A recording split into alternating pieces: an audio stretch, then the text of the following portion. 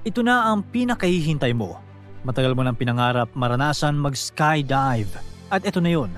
Ilang segundo na lang, tatalon ka na mula sa isang eroplano na may 14,000 feet na altitude. 3, 2, 1, go! Woohoo! Ang sarap sa pakiramdam! Maya-maya ay binuksan at kinapa mo na ang parachute mo. Pero bigla ka na lang nagulat. Tinignan mo ang iyong katawan at doon mo napagtanto, hindi ka pala nakapagsuot ng parachute. Ngayon ay nahuhulog ka na mula sa kalagitnaan ng ere. Anong gagawin mo? Sa videong ito, pag-uusapan natin kung paano ka makakasurvive pag nahulog ka sa eroplano nang walang parachute. Unang-una, kailangan mong mag-relax. Huwag ka magpanik. Normal lang sa posisyon mo ngayon na matakot, pero kailangan mong ikalma ang sarili mo. Dahil kung magpapanik ka, posible kang mag-hyperventilate. At kung mangyayari yan, hindi ka pa naglalanding ay sigurado na ang katapusan mo. Bagalan mo ang iyong paghinga, isang malalim na inhale sa iyong ilong at exhale sa iyong bibig. Magpasalamat ka na lang at hindi ka nahulog mula sa isang commercial plane na walang parachute. Di hamak na mas mataas ang kahuhulugan mo, nasa 33 to 43,000 feet. May posibilidad ka pang mamatay sa thermal shock dahil sa ginaw sa itaas na aabot sa negative 54 degrees Celsius. Kung hindi man, pwede ka pa ring himatayin sa hypoxia sa unang milya ng iyong pagkahulog. Huwag ka mag-alala, magigising ka pa naman kung ganoon. Okay, kalmado ka na. Ngayon, ang kailangan mong gawin ay humanap ng paraan upang mas bumagal ang pagbagsak mo. Paano? Una, may dalawang termino kang dapat malaman. Ang drag at terminal velocity.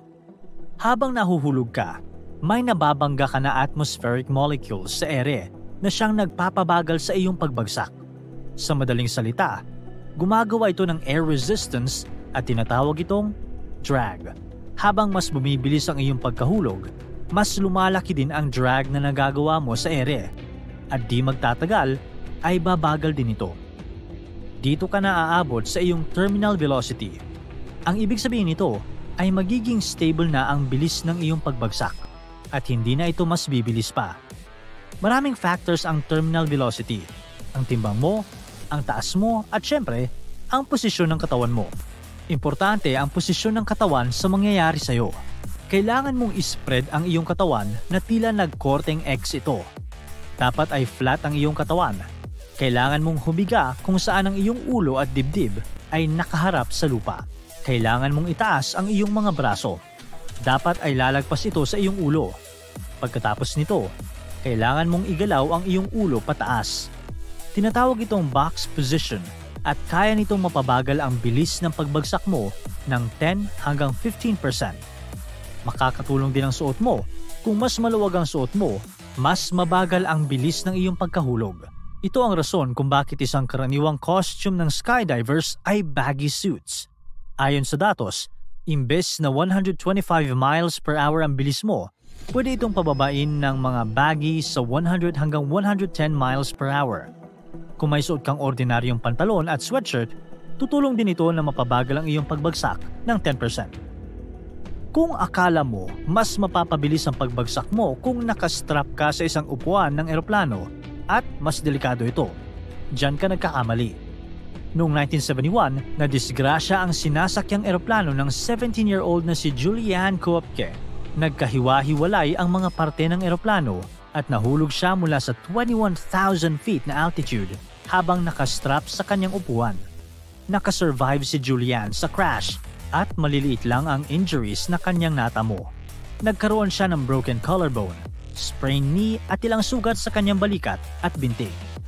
Isa sa pinaka-importanting bagay na dapat mong gawin upang makasurvive ay ang paghahanap ng tamang landing spot. Ang pangunahing layunin mo sa paghahanap ng landing area ay isang lugar kung saan mapapabagal ang deceleration mo. Sa taas ng pinagbagsakan mo, kung maglalanding ka sa isang matigas na lupa, masyadong magiging mabilis ang deceleration mo. Mula sa 125 miles per hour, magiging zero ito sa loob lamang ng kalahating segundo. Siguradong mamamatay ka dito.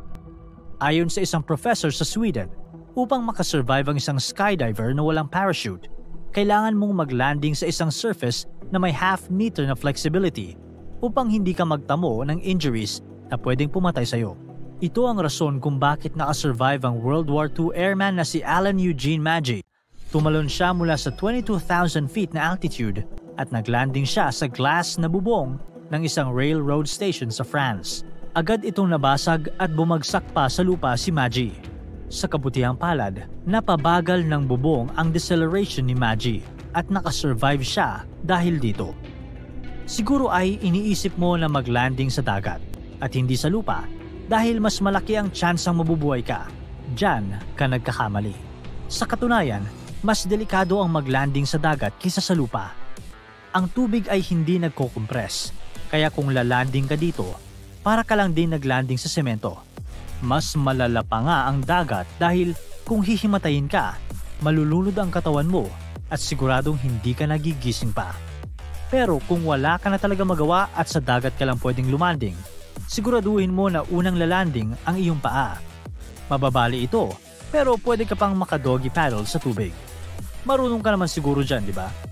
Ang tatlong pinakamagandang landing spot ay snow, swampland at isang lugar kung saan maraming puno. Ang tatlong lugar na ito ay magpapabagal ng iyong deceleration at tutulong sa iyo na makasurvive.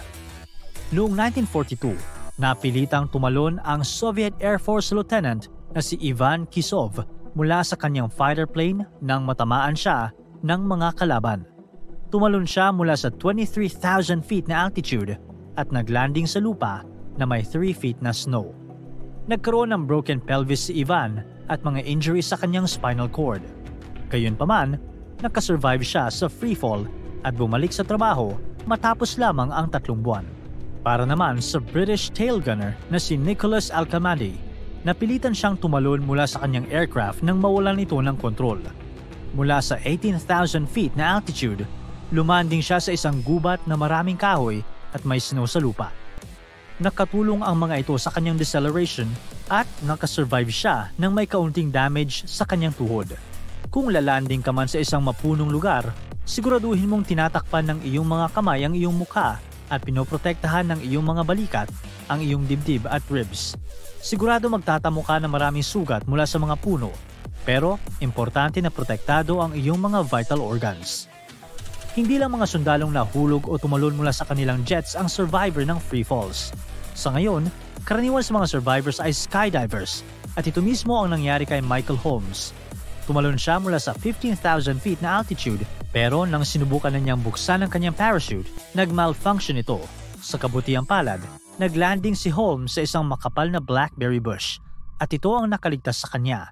Sa sobrang lakas ng impact, ilang araw ding tumagal ang nagmarkang katawan ni Holmes sa blackberry bush. Nakapili ka na ng mababagsakan. Paano mo naman masisiguro na doon ka nga lalanding?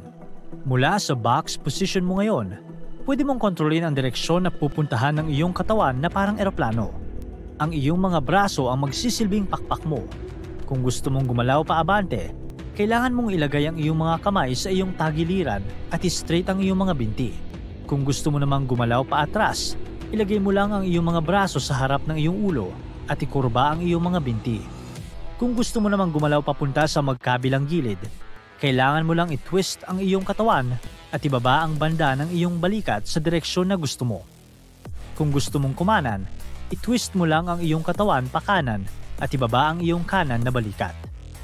Ngayon ay dumating na tayo sa huling step na gagawin mo.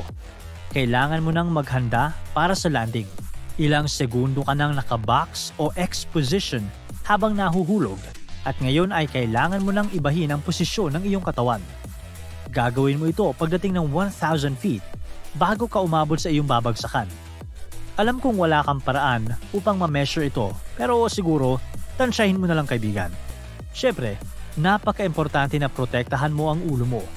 Karamihan sa mga nahuhulog sa matataas na heights ay namamatay dahil nauntog ang ulo nila pagka-landing at nagtamo sila ng head trauma. Kaya naman, kailangan mong protektahan ito gamit ang iyong mga braso. Ang pangalawa mong sisiguraduhin ay ang posisyon ng iyong mga paa. Kailangan mong ibaba ang iyong mga paa upang ito ang unang tatama sa lupa. Pero hindi mo ito pwedeng straight.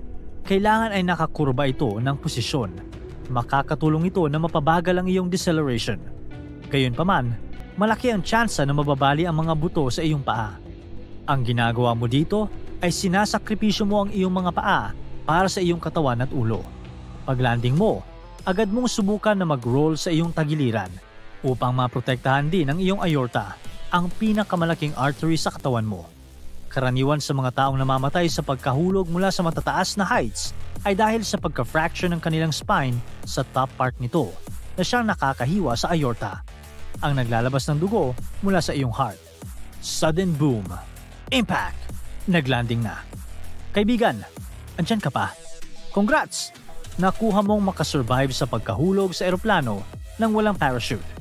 Tingnan mo na yung paligid mo kung nasaan ka at agad ka nang tumawag ng tulong. Hanggang sa muli. Para tuloy-tuloy ang saya at kwentuhan, huwag kalimutan mag-subscribe sa Bubbly YouTube channel at pindutin ang notification bell.